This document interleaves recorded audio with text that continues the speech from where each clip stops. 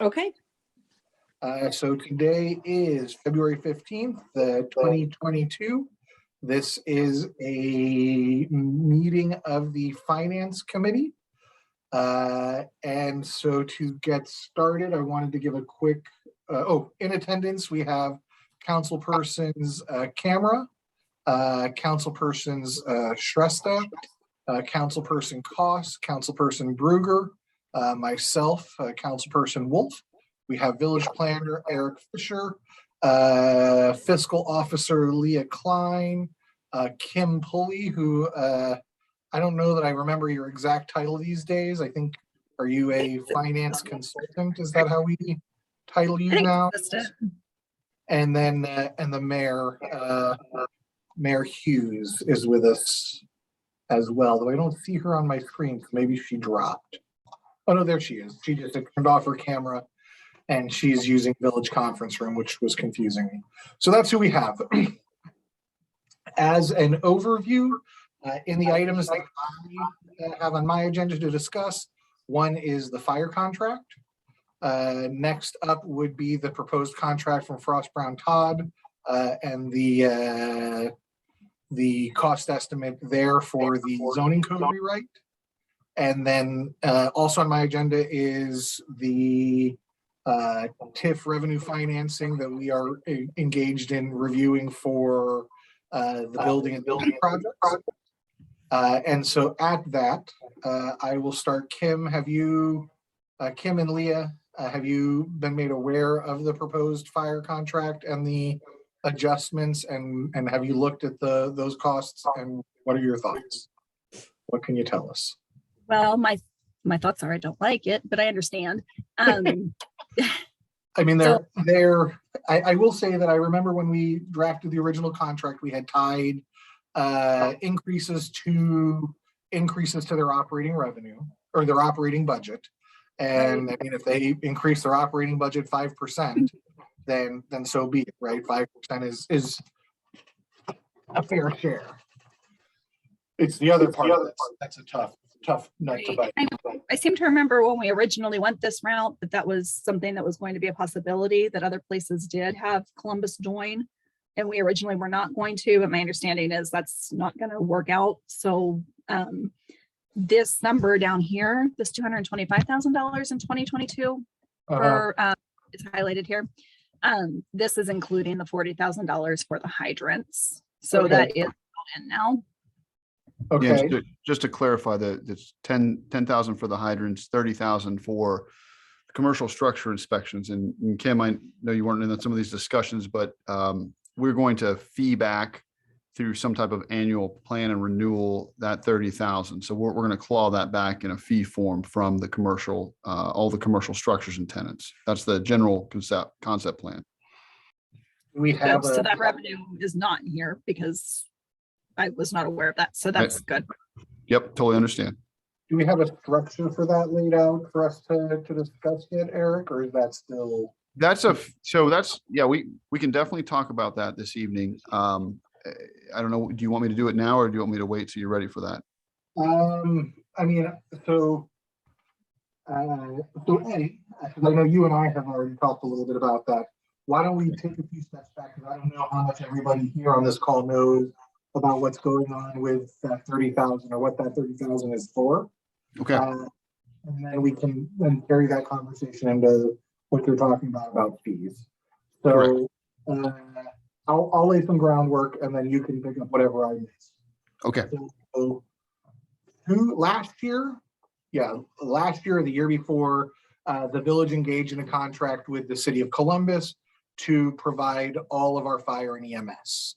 Right. That was something that was deemed necessary based on a lot of factors. And so what we engaged for was just fire and EMS service, not City of Columbus inspecting our hydrants and not doing any fire inspection in our commercial areas. Part of that, I will say, was an oversight in our part that I believe, I'll certainly own up that I, as the safety chair at that time, was unaware of a requirement for annual fire inspection for commercial properties.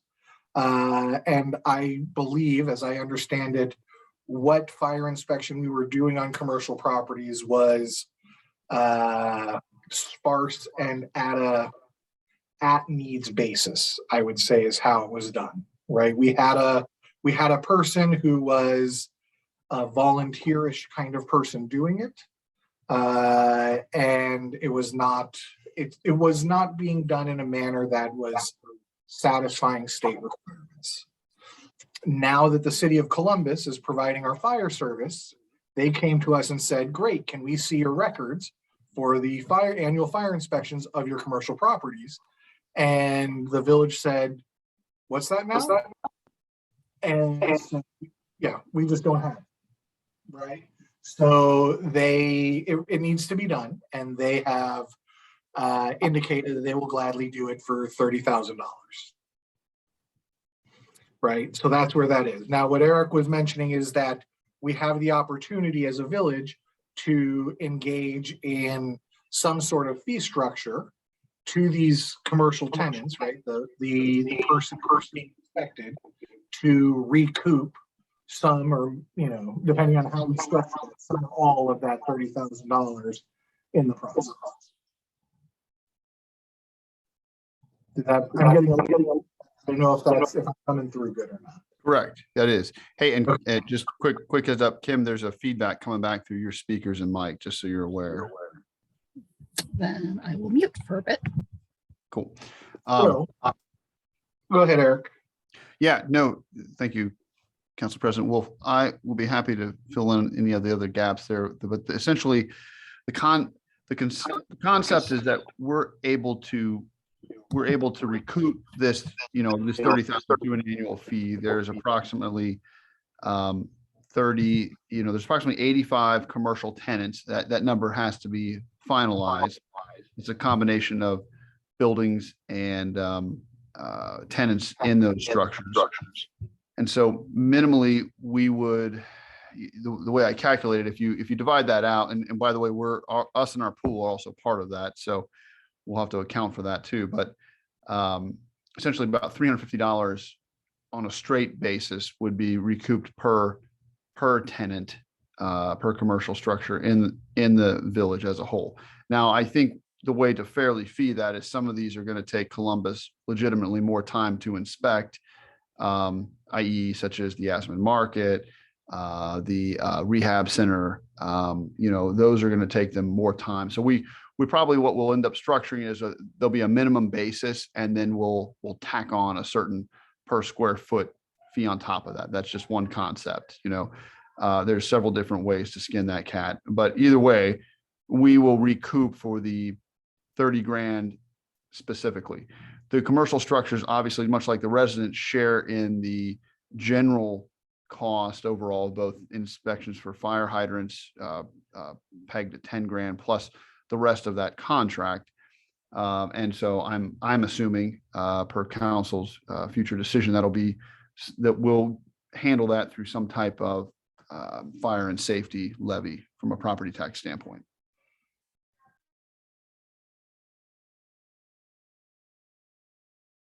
And Brian, you're muted.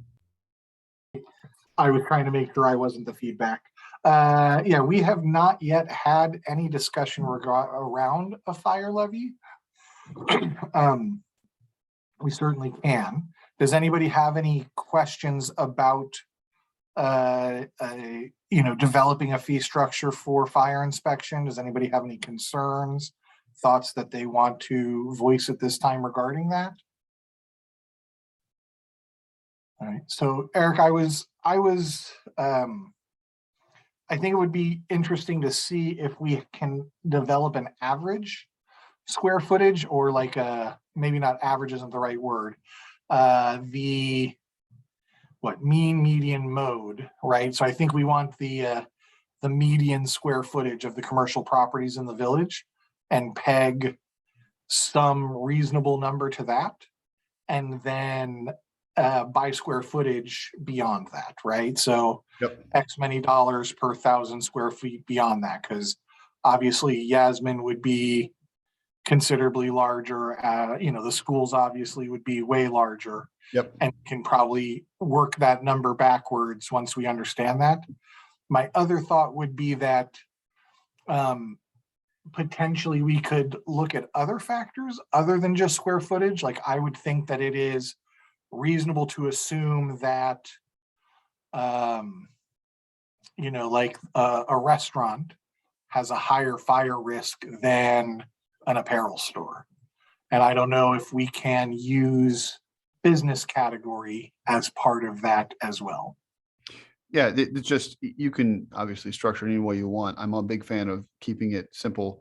I think your square footage, assigning some base tenant rate based on square footage, however we want to do it, because you're right in saying how much commercial square foot do we have, right? And what's the median, mean, and mode? And absolutely, we can do it that way. And then we don't have that many. We have institutional, and we have retail, and we have some subcategories of retail. Restaurants, we do have a few of those, but they're very sparse. Most of them are service category and institutional category of some type. And I think you'll be able to skin the cat the way you need to based on looking at the mean, mode, median as you want, adding a square footage premium, because you're right. We're going to, at the end of the day, post 2024 timeframe, we're going to have 3 very large institutional users, and we're going to have a few decently large retail users and service users. So is it possible by the next finance committee meeting to have some sort of analysis of our commercial square footage and business categories so that we can have a little more robust discussion around that strategy? I'm assuming by next finance committee, that's next month. Yeah. The answer is yes. All right. Then I think regarding that is the way to go to advance that discussion. In the short term, Kim and Leah, I mean, obviously we don't have a lot of choice in the fire contract, right? We're kind of price takers in this situation. Is this something that's going to sink us? Is the question that I would have. No, it won't. And especially if we can do some of the clawback, that would even be better. But no, Beautiful. It will not hurt us. All right. Does anybody have any further questions, comments, or concerns to raise at this time regarding the fire contract and the additional services we are looking to engage with the new fire contract and the added expense? No, then let's move on to the Frost Brown Todd contract regarding the rewrite of the zoning code, right? So Lee and Kim, I'm certain you're aware, we are looking to do what will amount to a wholesale rewrite of our zoning code. Frost Brown Todd has given a conservative estimate of $35,000 to do that, or a not to exceed number of $35,000. Have you guys taken a look at that and forecasted that into a budget that we can digest? Yes, that is included here also as a 2022. Let me get over in that right column so I know I'm in the right place. Here as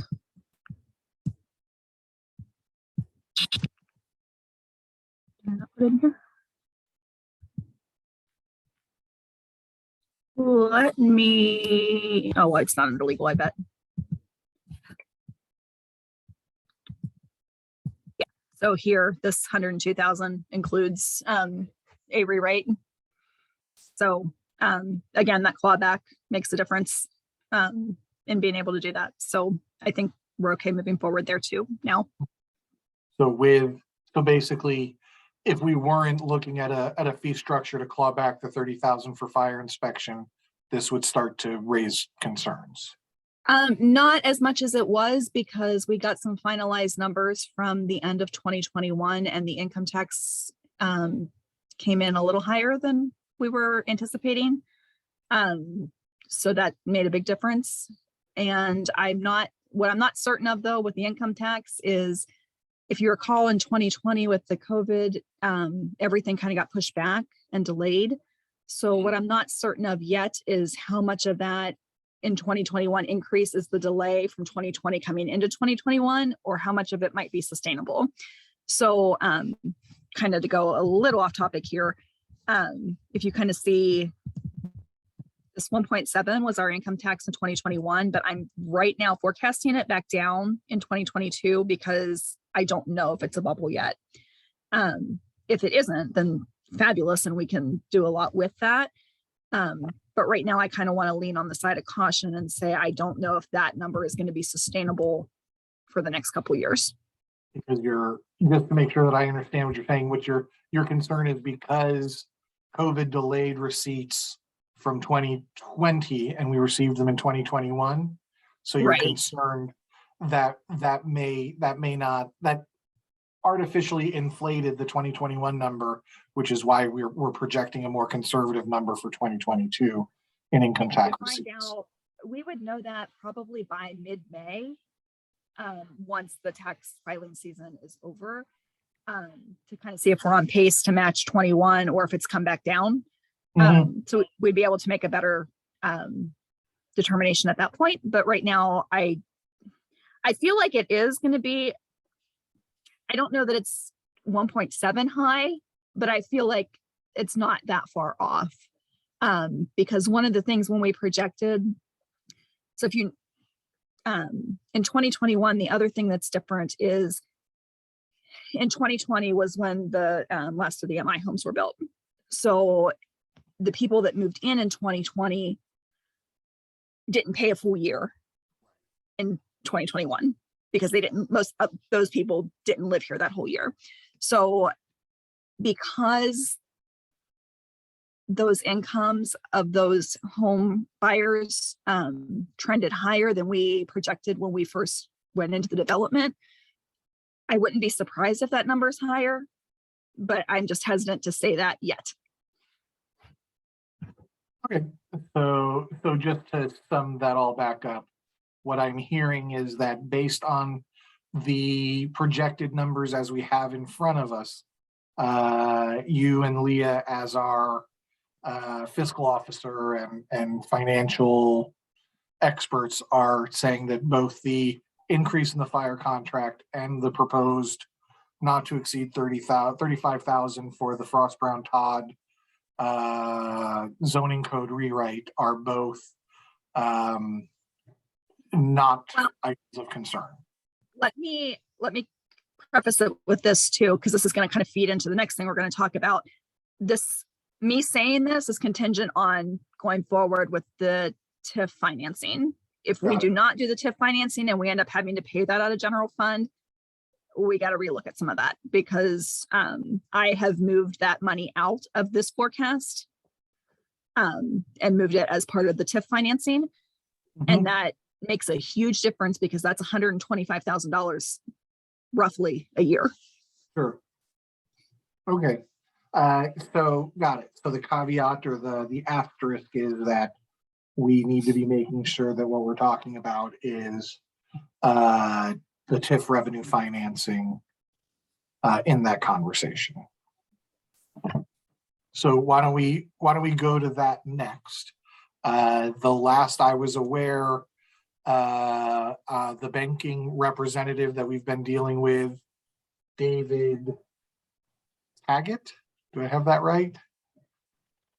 Was in contact with the financing authorities, representatives, the law firm that they use, and they've sort of begun their conversation. Eric, have you had further discussion with MI regarding net present value? No, I have to bug them a little bit to get a response sometimes. So I will follow up and get that appropriate response. Okay, so yeah, so there is that. What we should probably do is get Mr. Taggett actually into a finance committee meeting just to kind of present so that this audience has a full understanding. But again, I can kind of summarize where we're at with it, to my understanding. And again, Eric and Mayor Hughes or anybody else, keep me honest. But what we have begun the process of is to engage in financing based on the future revenue of our TIF, right? So our TIF is, if memory serves, a 30-year TIF. The first 4 million of those have been pledged to MI, right? And we are currently receiving about a $500,000 a year revenue stream for that. So what we are looking to do is engage to finance based on that revenue stream, funds to finance the renovation of the community building, to dredge both lakes, and then also potentially some pathway projects that have been discussed, but haven't been finalized. So that's what we are looking to accomplish, right? The benefit of doing the financing this way is that it doesn't encumber our general fund, which is what Kim was discussing. Kim, can you describe how that doesn't encumber the general fund a little bit clearer? Because I'm sure you would be using much better words than I. Sure. So if we had to issue a bond for those projects that Councilman Wolf was describing, that kind of hinders us in two ways. First, there's only so much money by law that the village can issue in debt without voter approval.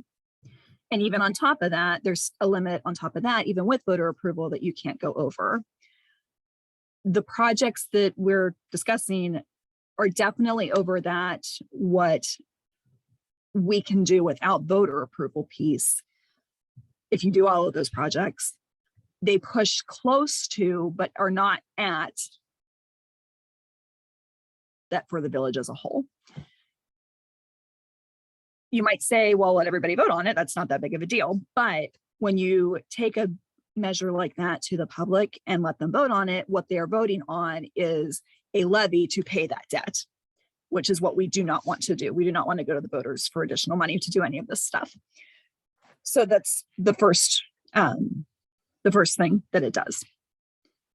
The revenue from the TIF is not what's called general obligation debt.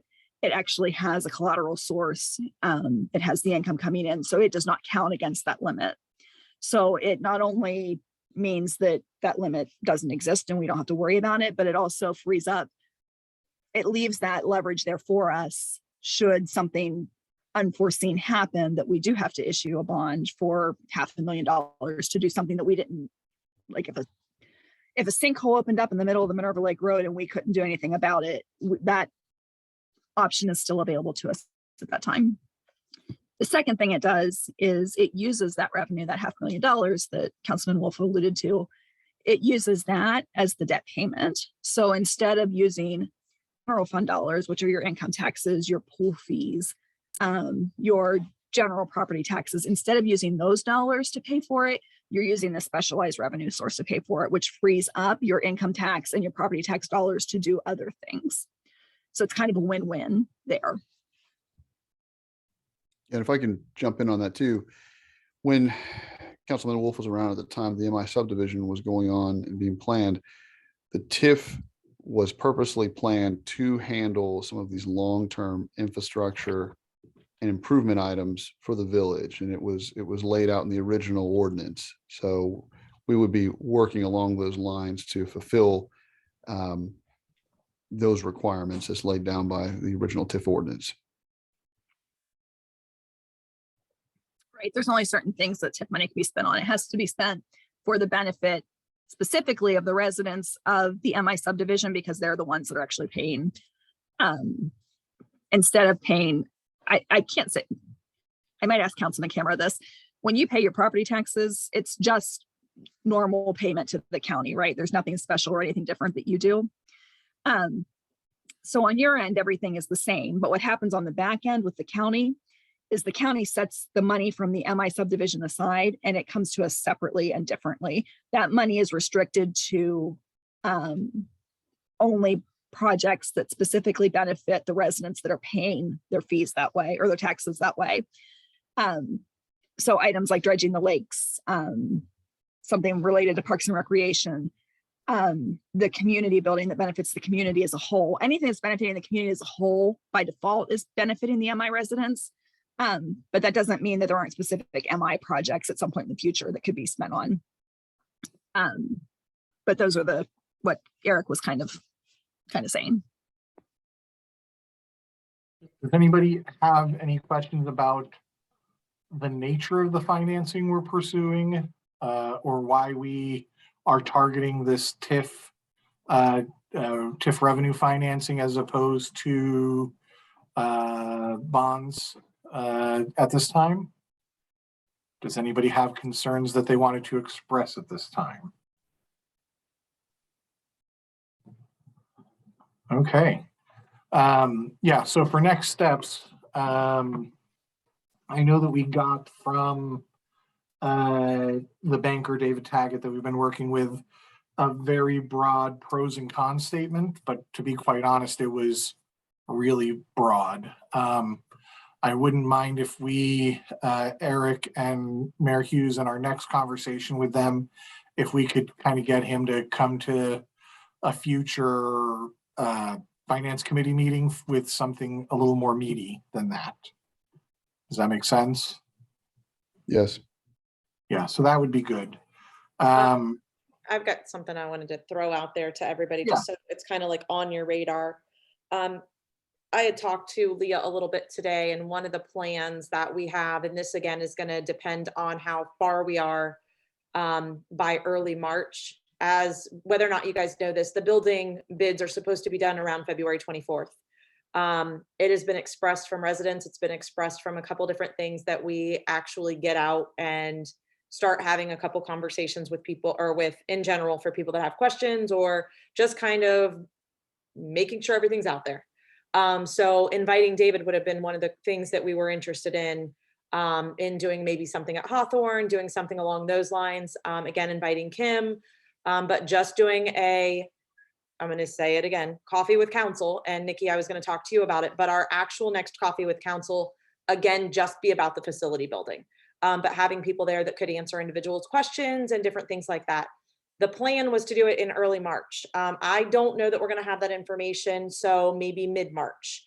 We also don't want to do it too fast and not have the information. So I'm just putting it on your guys' radars that, Nikki, I wanted to talk to you about the potential of the next, and maybe not it's the next, but in the very near future, once we get all these bids back, before council makes any actual decisions, just making sure that I know, Brian, you're probably ready to have a nervous breakdown about it, but no, I'm teasing you. But I think it's something that is a good option to make sure that we're just out there answering any questions that we need to. We've only done one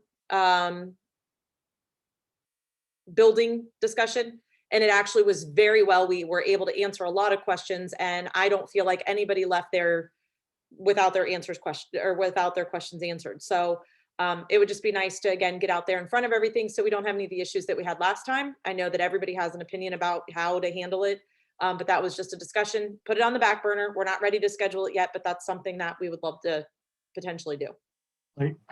I think if we are intending to engage Hawthorne's space, we should probably get with them sooner rather than later. We've already emailed for potential dates. Okay. Because we know that I have a date in my mind that this would actually work perfect. However, I don't want to do it and not have, like right now, we're kind of fumbling over how are we going to finance this building. I'm not going into a meeting doing this, not fumbling over it, but not having firm answers yet. Well, I think we have a how, we just don't have the final numbers. And I don't know that we're going to have the final numbers, and I'm okay with that. But I feel like just a little bit more from David and making sure that we're all of our ducks in a row before we do this meeting. I think that would make all of council feel better. It'll definitely make me feel better. And again, just inviting everybody to, there may be a good turnout, there may not. But again, giving people the opportunity, but knowing that the community building is just probably not big enough. So we'll get back to you guys on dates with Hawthorne. Again, it may not even work with them. So we'll just see what happens, but we're tentatively thinking of something like that. That was the face you saw, was me wondering if we really needed Hawthorne, But I guess thinking of the last one, we were at capacity in the community building with Yeah. COVID safety in mind. So I think you're probably right. If we can't get Hawthorne, we should talk to Pastor Fight at the church, because we have done similar meetings there in the past as well. The other thing that, and again, I don't want to waste this meeting for that. The other thing we could do is potentially do two, and not, I'm going to actually say this, let people register. We have 25 seats available and just see how the turnout is this date and this date, something along those lines. So again, if we can't get one or the other, but I think we can. Yep, no, I think that's reasonable.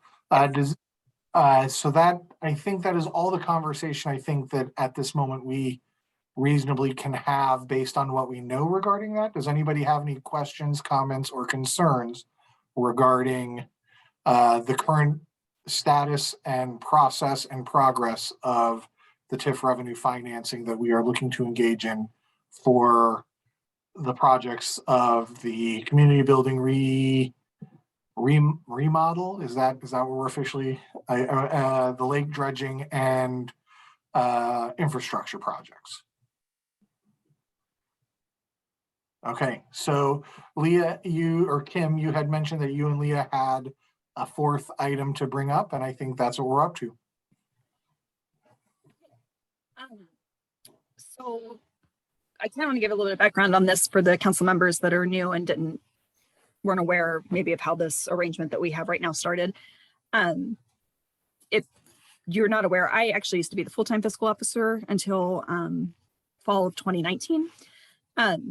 The lady that replaced me didn't stay for very long. She stayed about 4 months. And instead of going out to try and find someone, because it was hard enough to find someone the first time, we kind of came to this arrangement where Leah kind of does all the day-to-day things and has the title of fiscal officer, but my role is more in the background, but I do more of the high-level forecasting, statements, those types of things. We kind of talked about it then that it probably wasn't a long-term solution, but then COVID happened. So it kind of got to be a much more long-term solution. But what it's leading to is quite a bit. Leah's got a lot on her plate. It's a lot of burnout for Leah. And just some things going on in my life means that I'm not going to be able to commit as much time as I have been able to. So we were kind of exploring some options on what our options are.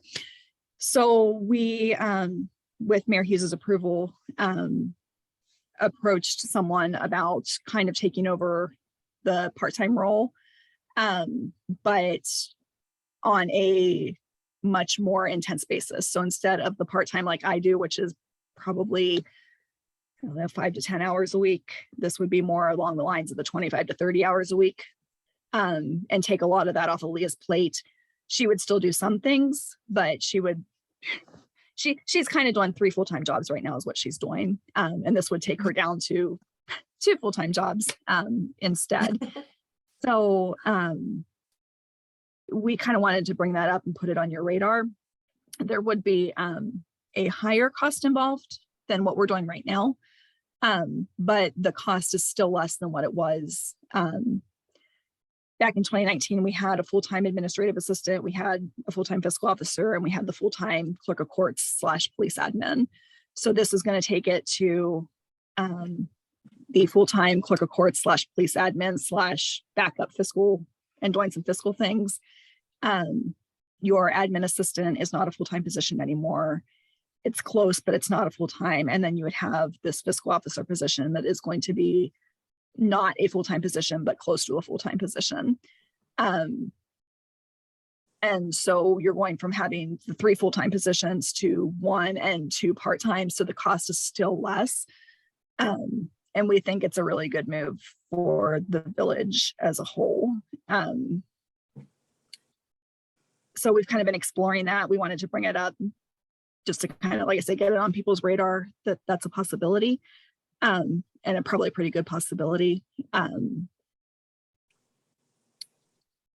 that I'm just going to. I guess that's kind of. Yeah. You're terrifying me, Kim. I think the village has always run best when you've been involved. I appreciate that. I Thank you. agree.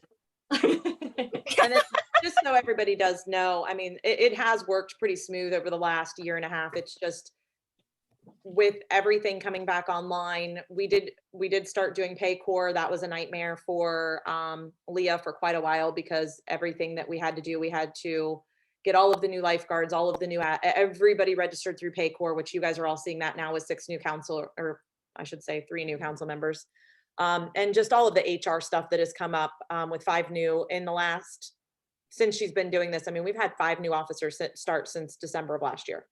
So just with all of the added, she is actually, like they said, human resources. She's doing the majority of the finance. I know Kim does quite a bit. And I know Kim is also on Leah's speed dial and mine, just for everything. So this is going to take a lot off of her. Again, we weren't really having all of the HR stuff when we started doing this. You know, calling the insurance company when we did all of the adding you guys are pretty much aware of this, the part-time, getting that situated to being able to buy into our insurance part-time, that was weeks in the making. So again, it just every single time we add another task to her, it's taking her 2 or 3 hours a week to do these types of things. So it's gone really well. We've saved a lot of money, and now it's time to look at trying to ease her tasks. It's just it's gotten way too much. So it's not a bad thing. I mean, we knew it was going to happen this way. And again, we do have an amazing assistant.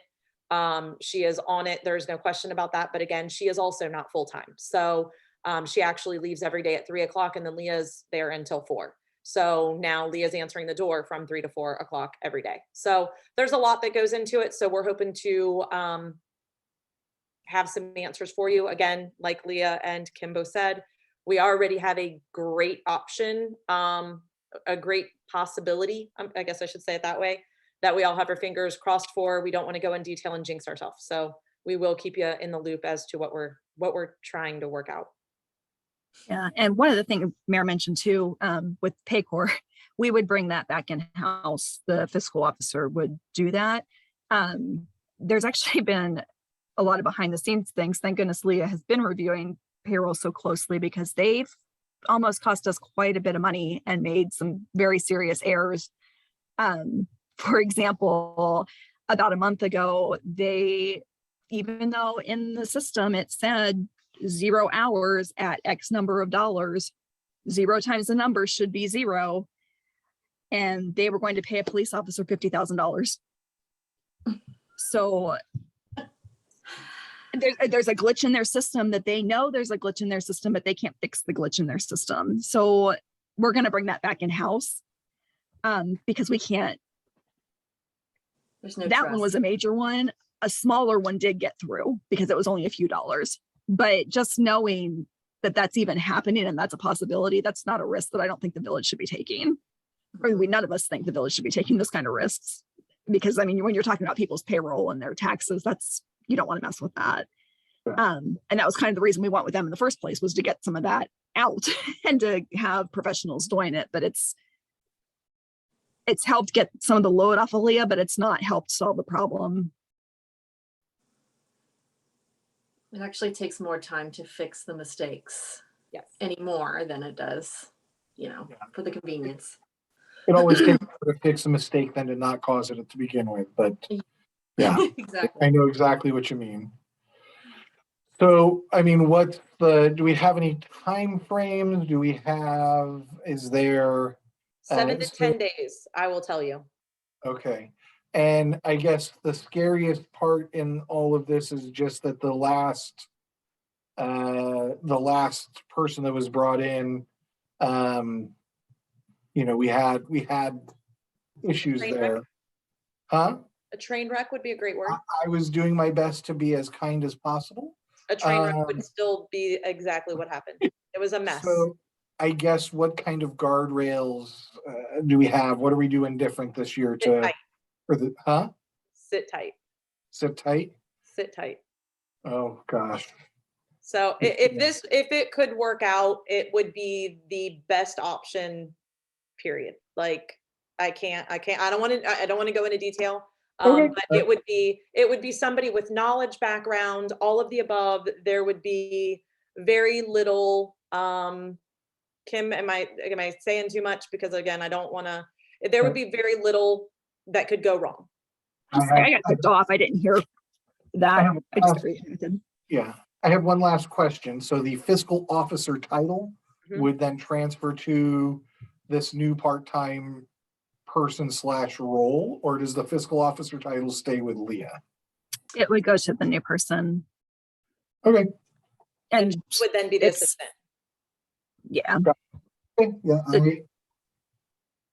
I think I am satisfied with what we can know at this time. Does anybody, it sounds like we are limited in what we can know at this time, but does anybody have other questions or concerns that they want to bring up at this time?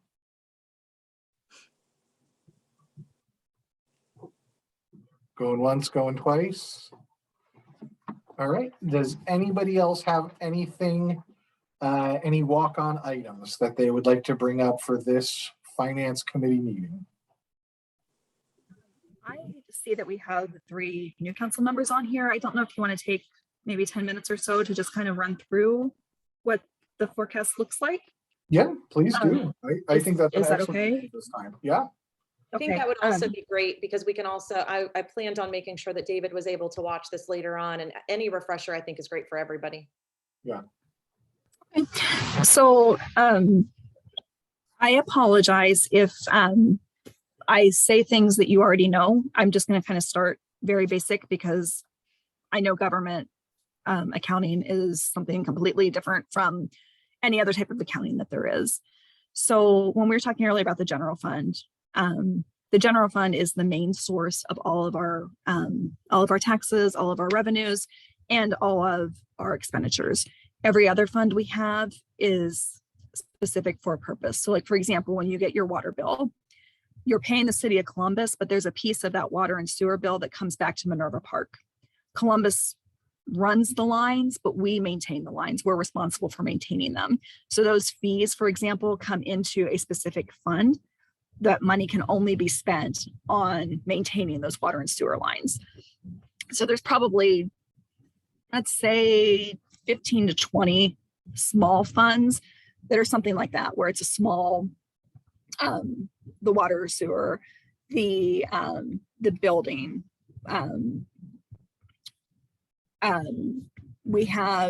we get a share of gas tax. Every time anybody pays gas taxes at the pump, we get a share back of that to maintain our roads.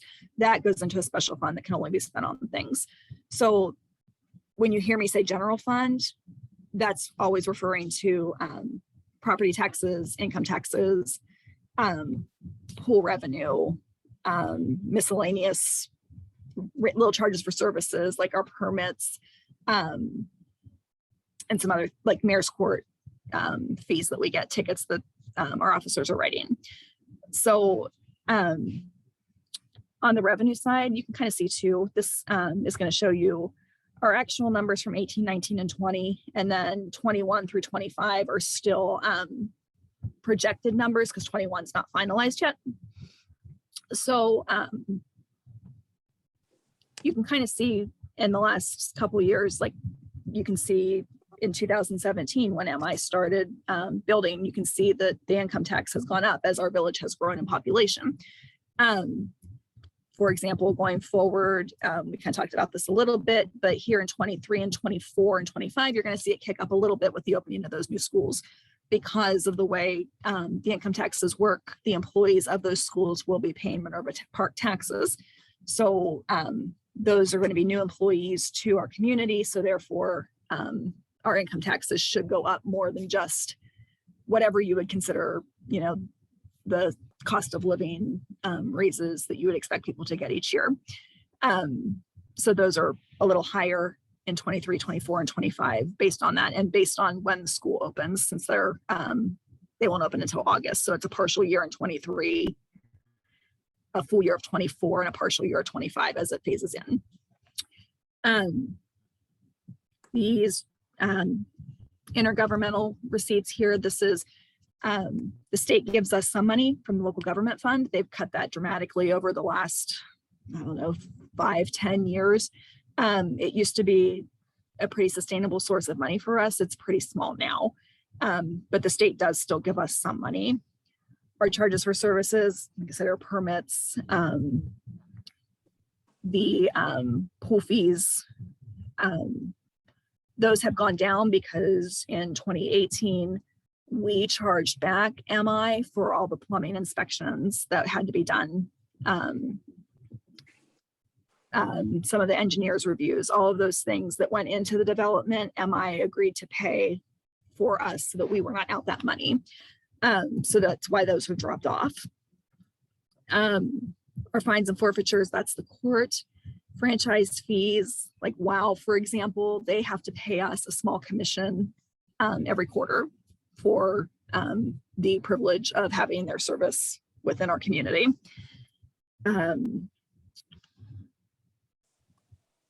Interest, you can actually kind of see how the interest rates have gone the last couple of years. When I started in 2017, I believe the village had $92 in interest for the entire year. 2019, when the interest rates were pretty decent, we were up to $50,000, and now we're kind of back down again, partly because interest rates have gone back down and partly because we've spent money doing sewer work. Miscellaneous money is just that. It's kind of money that doesn't have any other category. 2020 was a huge amount, and that was a one-time thing. Bureau of Workers' Compensation gave a huge refund as a COVID. I think we ended up with $140,000 from BWC that we had paid into over the years that they had not spent on claims. They wanted to do something for their participants, so they were able to give back a pretty significant amount, but that was a one-time thing, which is why you don't see it anywhere else. On the expense side, your police department is your biggest expense of the village. It is. You have your personal services. Each category that we're going to go through has each department has the same categories. Personal services, that's your actual payments to your employees. Fringe benefits, that's the insurance, the retirement share, the workers' compensation that we have to pay the premiums on. Contractual services are anything. The police department, for example, it's our contract with the sheriff's office to provide dispatch services. In the fire, it's going to be obviously the contract with the city of Columbus. So it's things like that that are more formalized. Supplies and materials also includes repairs. So any operating supplies that the village needs, from our copier paper to ammunition for when the police have to do their annual qualification at their shooting range. Those are all operating supplies and materials. Capital outlay are the big expenses, the things that are going to last. So a cruiser, when we redid the pool, that's all capital outlay. It's things that are large expenses that are going to last over time. So the police department, we have 9 full-time officers and 1 part-time officer, correct, Leah? Yeah, correct. Thank you. So they're our biggest expense, and their benefits, because they're full-time, they have full-time insurance. And the rate that we pay into the police and fire pension fund is higher than it is for other employees. The contractual service, like I said, is the dispatching. It's our, what else is in there? Oh, even like our phones, the cell phone that the chief has, that's the village phone, the connections for the MDTs in the cars, those are all contractual services.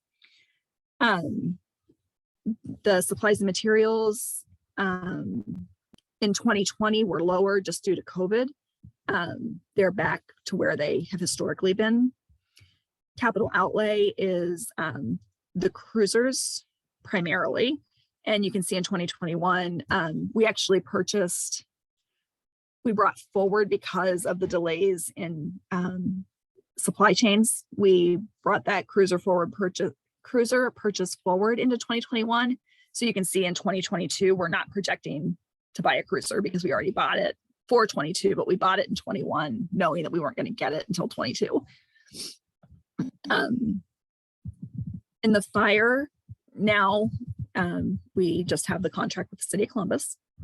And like I said, this does include the additional for the hydrants and the inspections. Street lighting, we do pay for along Cleveland Avenue, what's in our within the municipality, we pay for that. The siren that goes off every Wednesday at noon, we pay to maintain that contractually. We don't actually do anything. We have to support the health department. There's other assistance to the needy. If you're familiar with the term indigent burial, particularly when the nursing home was here, if someone dies in your municipality and they don't have the means to bury that person, then the village is actually responsible for that. So it cannot cost more than $600. So we always budget for one. We haven't, I don't think we've, not since I've been here, have we had to do it. But when the nursing home was open, we had to do that from time to time. Mosquito spraying, we pay for. Maintaining our park. The difference why it's gone down so much the last couple of years is just how we used to allocate things. We used to allocate more of our maintenance people's time to the parks. Now we just consider the parks what actually goes into maintaining that area. So like the mulch, the supplies, those types of things. The pool, another pretty big expense. We did budget some things in there this year to do. We originally budgeted for the slide, but Mayor has said that we're exploring filling the pit and doing a few other things and pushing the slide back another year. We've also talked about, and this is not built in here, but Councilman Wolf had talked at a prior finance meeting that we want to kind of start setting aside money for when we know the pool is going to need to be replaced. We know it needs done soon, but then the next one we want to start setting aside money for now, so that we're setting aside a little bit each year, so that when 20 years from now the whole thing needs replaced again, that money's already there and we don't have to worry about it. And if I'm going too fast or if you have questions, you can feel free to stop me. Planning and zoning. This is our code enforcement. This is Eric, this is John, and their related expenditures. Other community environment, it says lakes, but it's not always lakes. So contractual services is going to be tree removal that the village is responsible for if a tree falls. It is our maintenance of the lakes, the Aqueduct contract. It's some mulching. It's where we give money for the for community events like the carriage rides or for the block party. Goose control, landscaping, anything that's kind of the community as a whole, it falls into here. Utilities, we used to pay our storm sewer things out of the general fund. We now have a separate fund for that. So that's why that's pretty much gone away. Mayor's office is anything related to that specific office, not the government as a whole. The salaries in there would be the mayor's salary and the administrative assistant, and then the related benefits. Legislative is all of you. Mayor, I might have misspoke. I believe that might be the codification amount for 2022. But the council members' salaries and the codification are pretty much what we pay from there. Mayor's court, that's part of Leah's salary as the clerk of courts. And then our contractual services here are a magistrate that oversees mayor's court. It's our contract with our prosecutor to prosecute cases at the municipal court in Columbus. It's what we then have to pay back to Columbus for running those tickets through them, and anything else that would be related to the court system. Finance is Leah and myself, and then all the human resources contractual services. So when we do drug screens for new employees, when we do background checks, that all comes out of the human resources piece of the finance. Lands and buildings is kind of our, it's the community building, it's our maintenance staff. It is, it is not, what is in there? The contractual services, oh, 1 second here. I go back in here and there's a little more there's more detail. Oh, the gas, the water, the sewer, everything for the facility, the engineer. Our contract with Mike Flickinger is part of that. And then just miscellaneous things, the fees that we have to pay to the county auditor for them to collect our taxes, our audit fees that we have every other year, our attorney's fees, we pay a retainer to Frost Brown Todd, and then in this year we're going to have that extra for the code rewrite. Income tax administration, Rita collects our taxes, and then they take 3% as a administration fee. So this is the money then that we're paying them to collect, and that number going up is a good thing because that means they're collecting more money for us. Other governmental services, this is kind of our catch-all. It's our website, it's our contract with KGT. It's anything that kind of benefits the village as a whole, but doesn't fit anywhere else.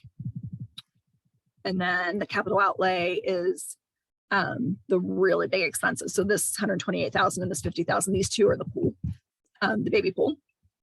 So we don't have those big expenses planned for anything in here right now going forward, which is not to say they're not on the radar. We just don't know a cost for them to be budgeted right now. Debt service, this is where the when we were talking about the revenue financing, if we were going to be paying to do the building, if we were paying to do the lake dredging, any of those things, this is where we would pay that money from. So since we hopefully are going to pursue the TIF financing, this has gone back down to zero. And you'll be able to see here in a minute that that's huge. Because this number for 4 years would have been probably about $500,000. Because we were running about $125,000 a year is what we were estimating.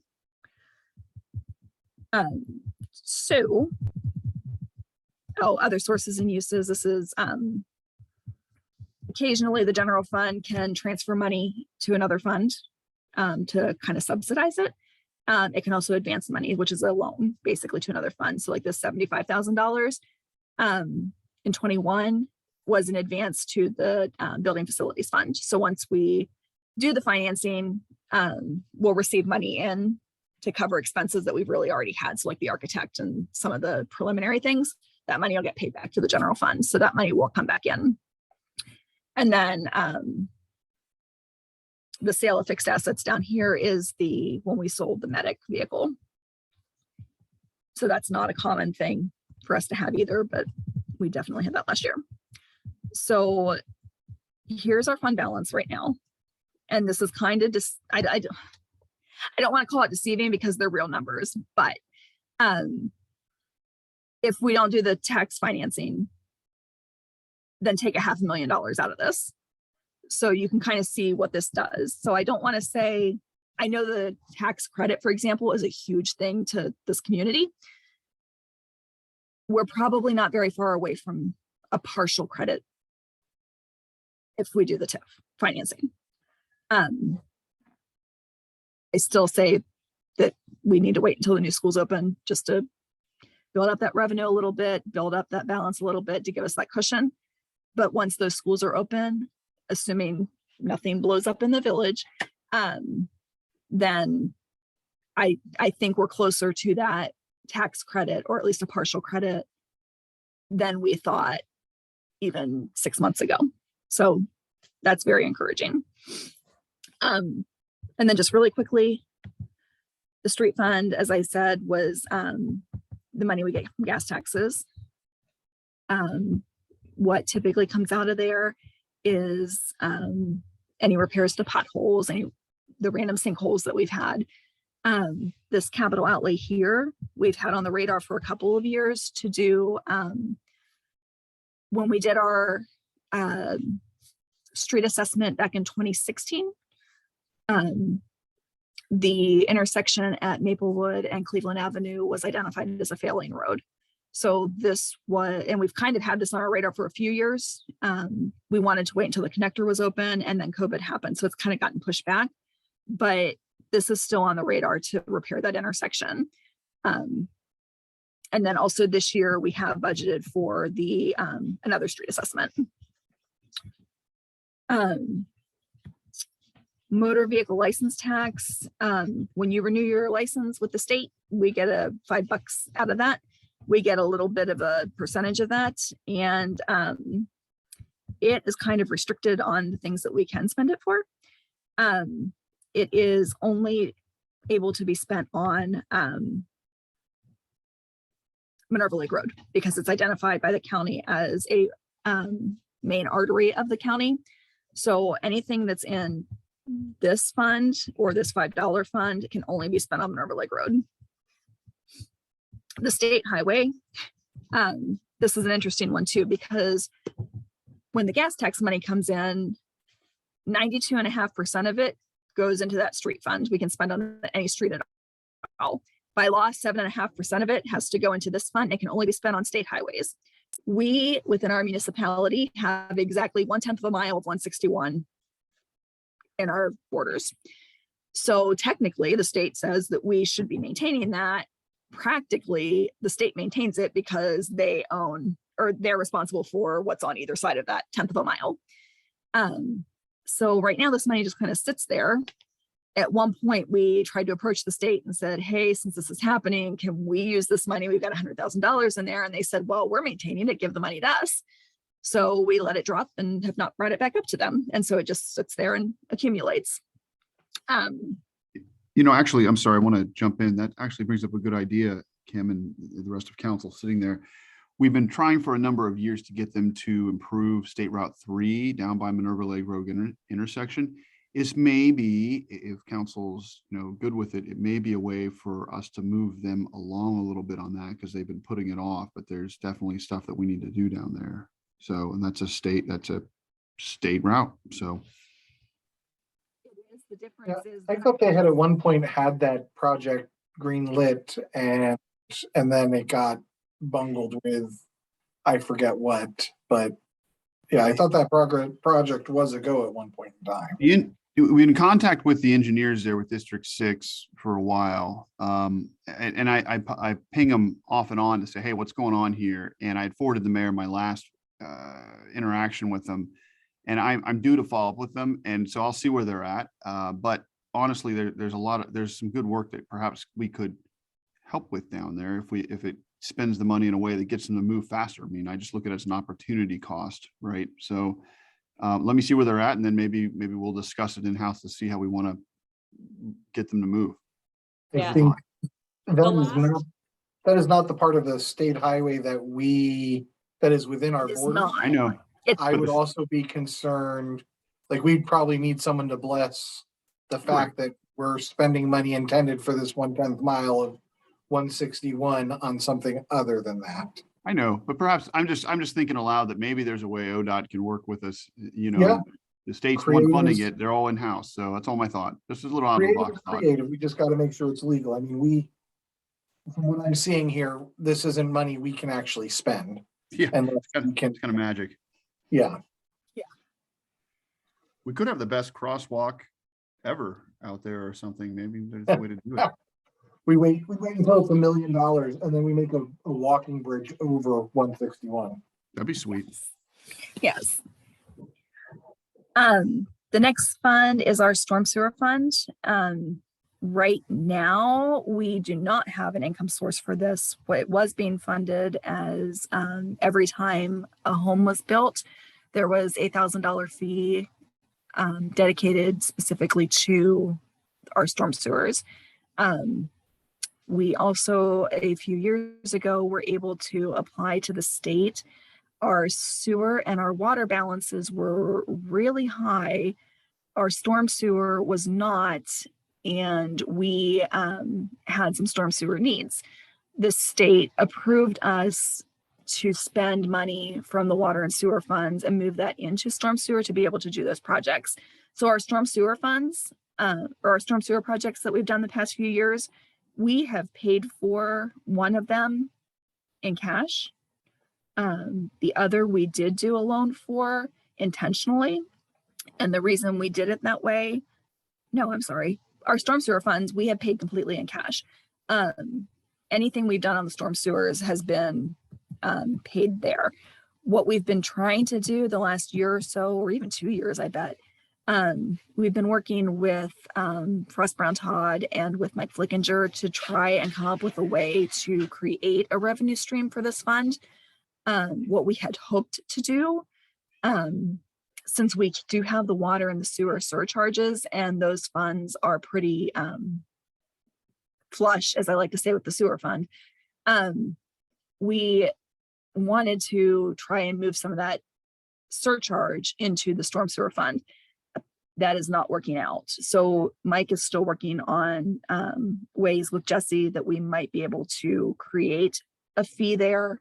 But the goal was to do the fee without changing the fee to the residents, so that we'd still be collecting the same amount of money, just allocating it differently.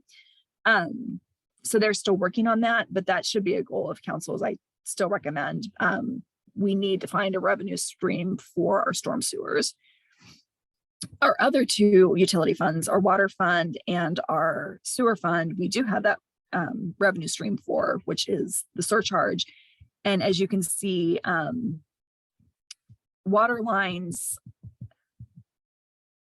our water lines in the scheme of things are actually pretty new. They were replaced in the early 2000s. They have about an 80-year useful life.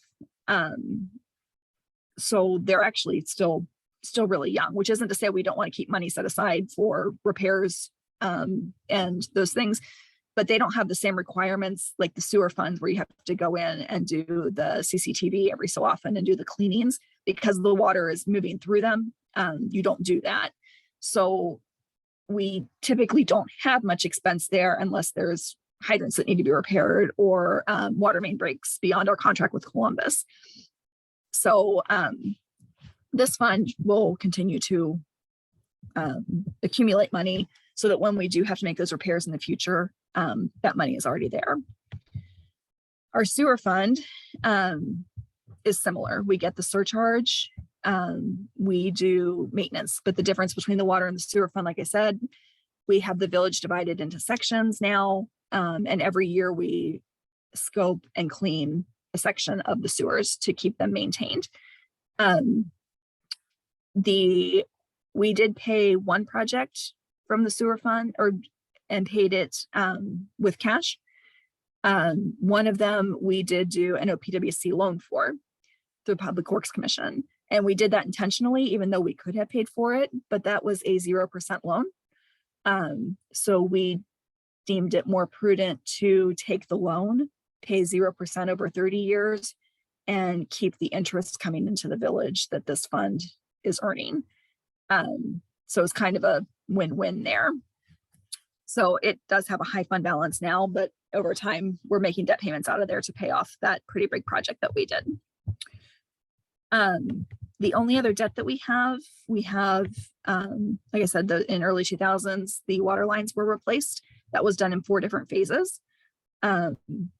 We are down to the last 2 phases being paid off, and they'll both be paid off this year. So after that, we won't have any outstanding debt from any of the water anymore. This is our TIF fund. This is where, as I mentioned, the MI subdivision residents pay their taxes like normal to the county, and then the county on the back end sends it separately to us. This is where that money goes into. Right now it's coming right in and it's going right back out to MI. And this is where we hope to do the revenue financing. So eventually, hopefully, we'll be able to spend that money out of here and we'll pay that debt off with the revenue that's forecast to come in. These funds don't exist anymore. This is our facilities fund, which is what we have done so far with the community building and the renovation of the community building. When we had the EMS, we were setting aside money for a vehicle. Obviously, we don't have the EMS anymore, so that money's moved back into the general fund. Our parkland fund, similar to the storm sewer, every time a new home is built in the village, a $500 fund goes into our parkland fund. And that money can only be spent on green space, on parks. So like when we bought the trash cans, some work along the paths, those types of expenses have been coming out of here. And then there's just a couple other small miscellaneous funds. We have a bequest from Mary Yost that was for plants only. We keep saying that we're going to spend this money and it has yet to be spent, but it can only be spent on plants. It can't be spent on the labor to plant the plants. At one point we intended to do to spend it when we redid the earthen dam. But we were told by ODNR not to do that because of the risk to the dam itself. So there is money there for beautification with flowers. And that's the biggest one of those. So that was kind of my 30,000 feet overview. And I know I went through that fast and quickly. So if you have any questions, I am happy to answer them, but I just kind of wanted to give everybody just a high level view of how things look. And hopefully it made sense.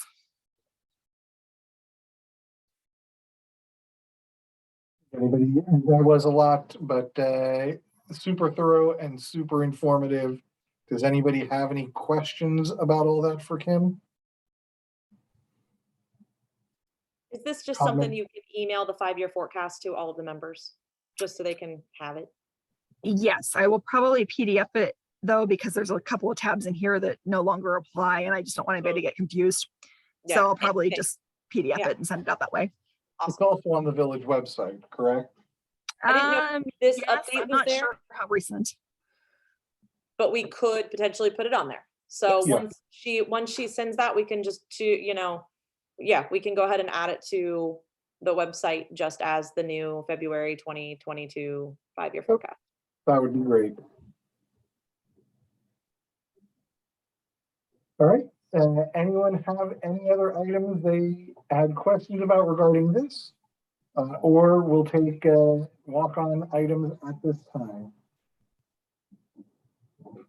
Going once, going twice. Unless somebody has more to say or do, I am going to move that we adjourn this meeting of the Finance Committee. Anybody opposed? Hearing no opposition, I wish you all a wonderful evening, and we will talk again next time.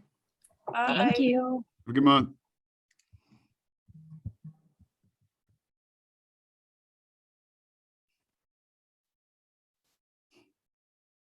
Night.